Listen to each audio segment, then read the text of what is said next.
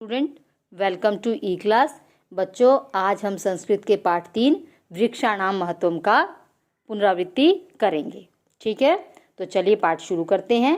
कुणाल, अहो प्रचंडा तापकाले अन्यंत च विद्युत्तापतय अपि पीड़ितोऽस्मि। अरे तेज गर्मी का समय और दूसरे बिजली के अभाव से भी पीड़ित हैं।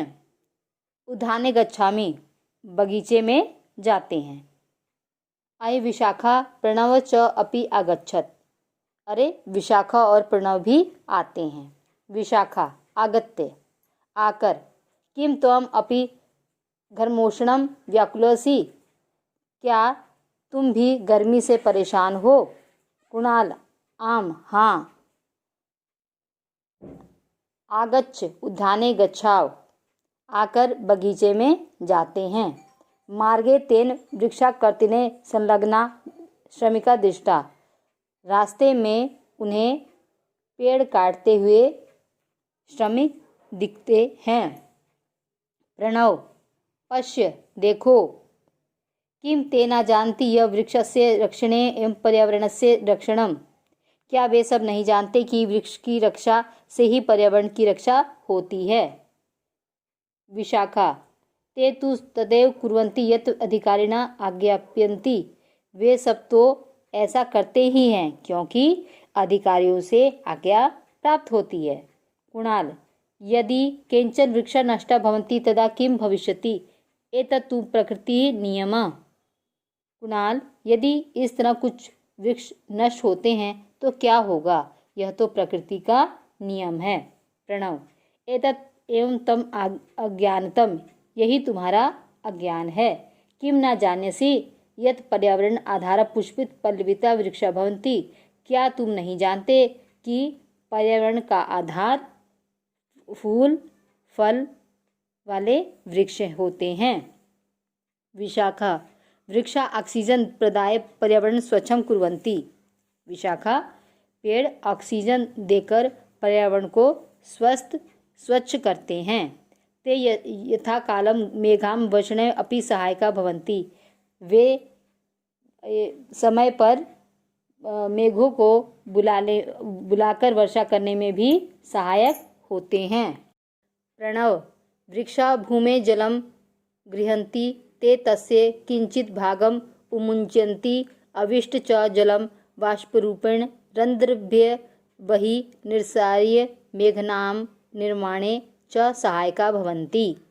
वृक्ष भूमि से जल ग्रहण करते हैं, वे उसका कुछ भाग ग्रहण करते हैं तथा बचे हुए जल को वाष्प के रूप में छिद्रों से बाहर निकालकर बादलों के निर्माण में सहायक होते हैं। कुणाल, अलम अलम, सही सही।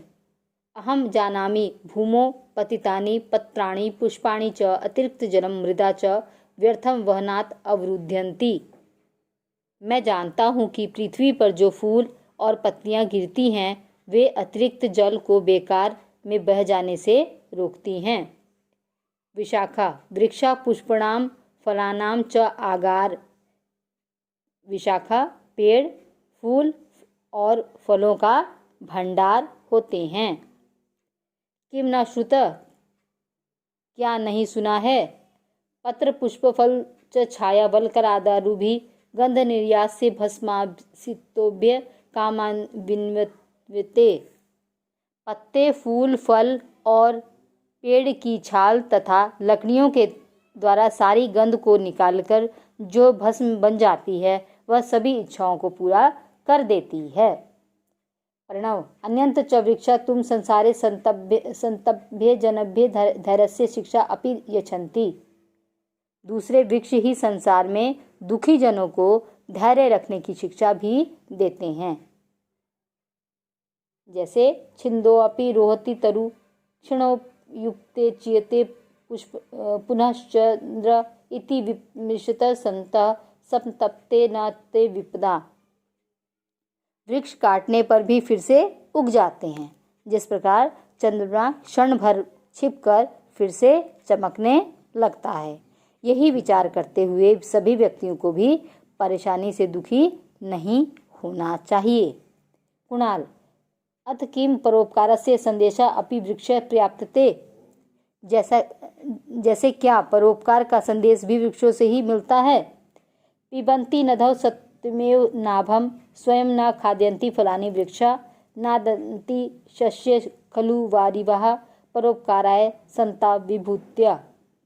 नदी अपना जल स्वयं नहीं पीती है, वृक्ष अपना फल स्वयं नहीं खाते हैं, बादल अपनी सुंदरता के लिए अपने जल का उपयोग नहीं करते हैं। उसी प्रकार सज्जनों का पूरा जीवन ही उपकार के लिए होता है।